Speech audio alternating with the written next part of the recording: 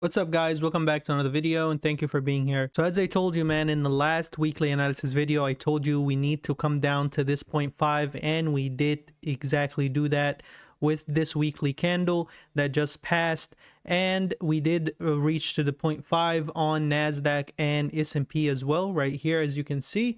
And now we need to figure out if we're going to continue a little bit down or to move up.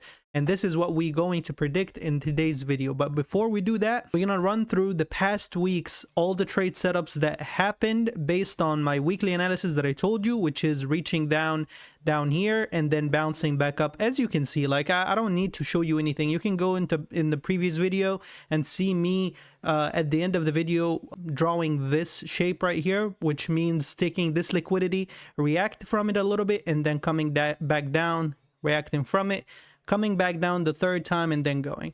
So this is my kind of like my overall prediction, but we're gonna look into it more after I show you all the setups that happened in the previous week based on the analysis that I gave you. But before we do that, don't forget to drop a like on the video, subscribe to the channel if you're not already yet. And I want to do something different in today's video, guys. I want to try to get 20 likes on this video. I usually get around 100 viewers on these type of videos, and not a lot of people are interested in the weekly analysis video. So if I can't get 20 people to like this video, I don't think I'll be able to make these videos anymore, just because there's not a lot of demand on it, and a lot of people and a lot of trader like to do their own weekly analysis and daily analysis, and some other people just simply don't care and scalp on a smaller time frame. So weekly analysis and weekly time frame analysis does not really make a huge difference in their trading. So if I can't get this video to 20 likes, I usually get 100 views. So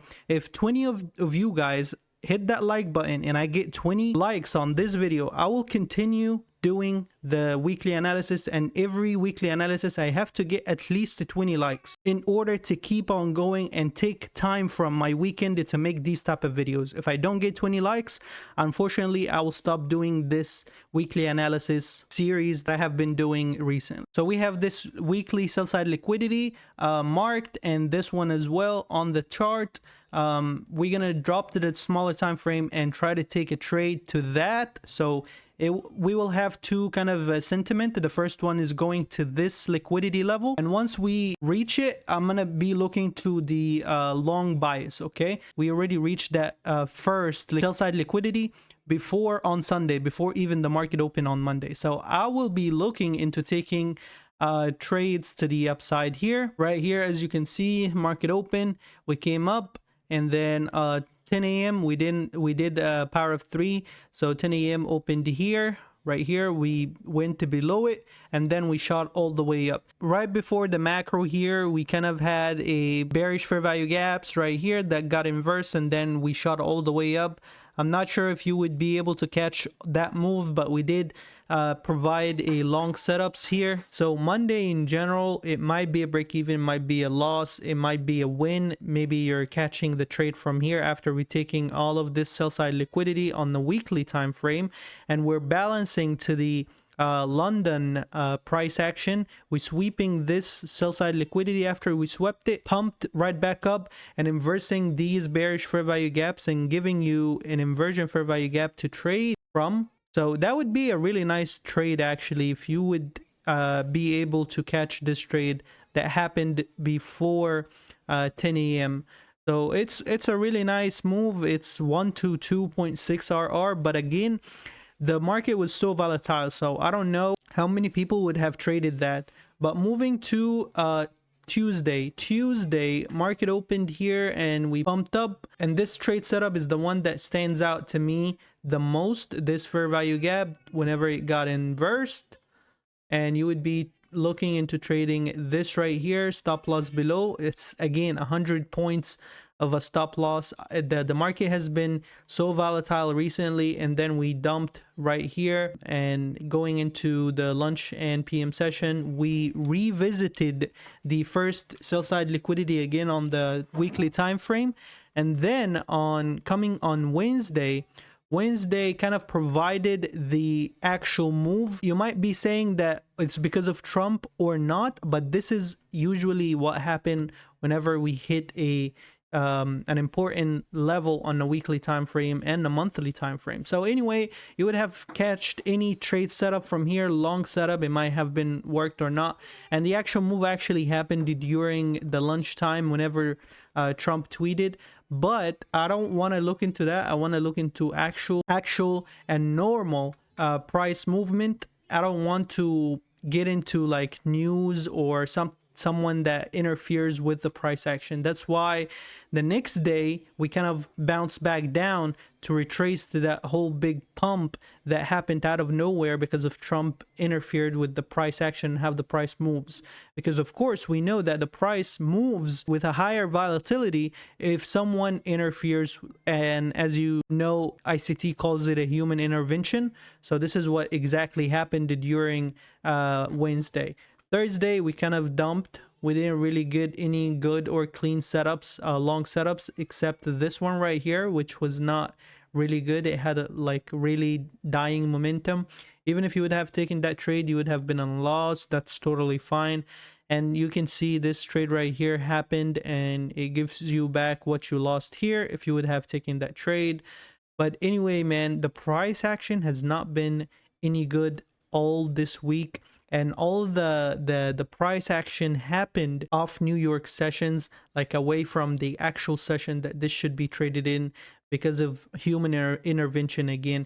During Asian session, London session, all of these moves happens. But at the end of the day, on a weekly time frame, if you would be trading like Forex, or for example, because I do know Forex allows you to swing trade on a higher time frame, and it doesn't actually close your position at 4 p.m. Eastern Standard Time, just like future, you would be able to take and utilize this overall bigger time frame analysis to utilize this movement up.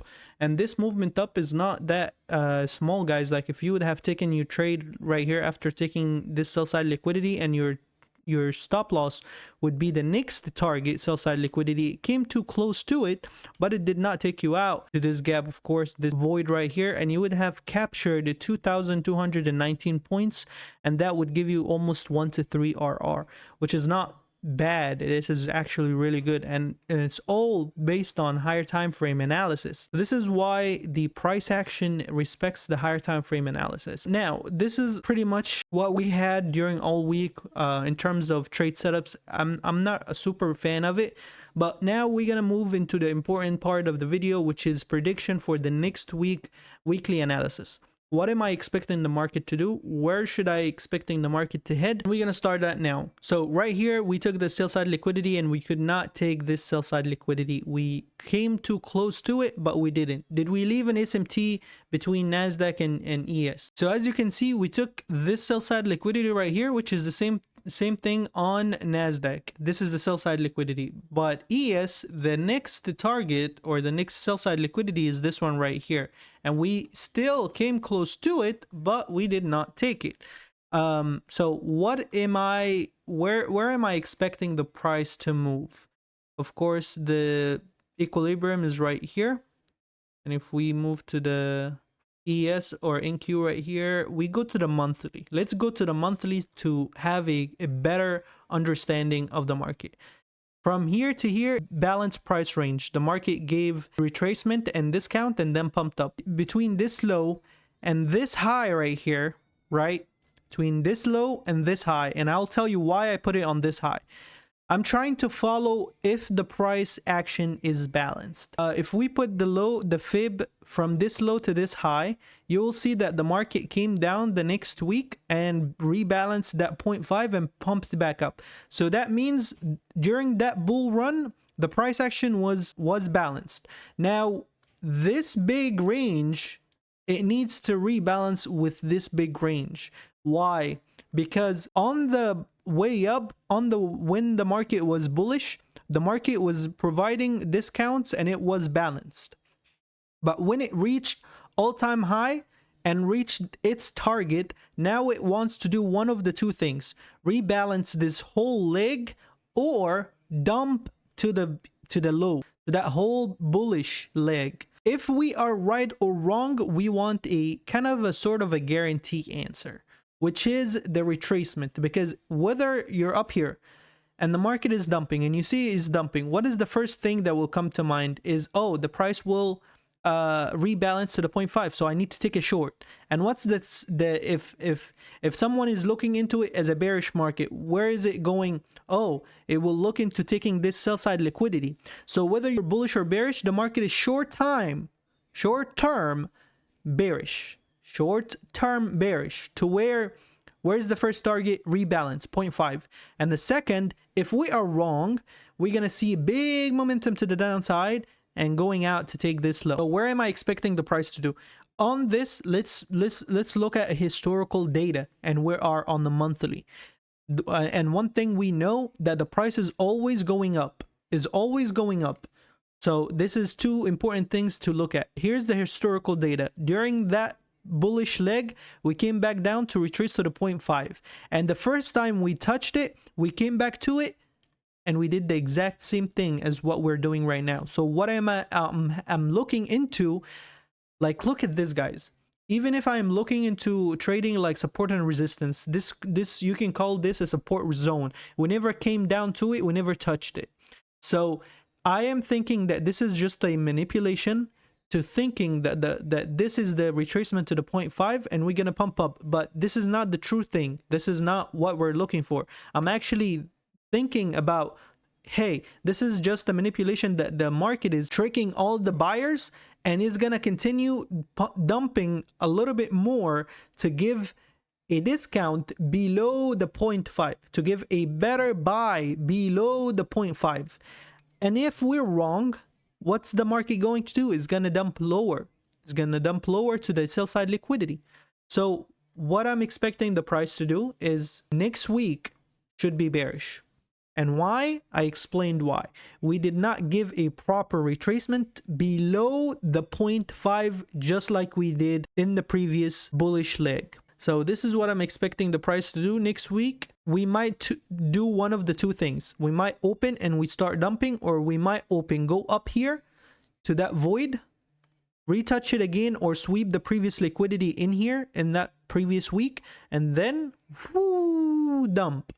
And we might not dump it straight down right away. We might dump, sweep this liquidity, react from it a little, and then come back down, sweep this liquidity, react from the 0.5 exactly, and let's see if there is any proper, well, actually here, this one aligns with the two things. This is a bullish order block, and at the same time, it is the support zone from my guys' support and resistance.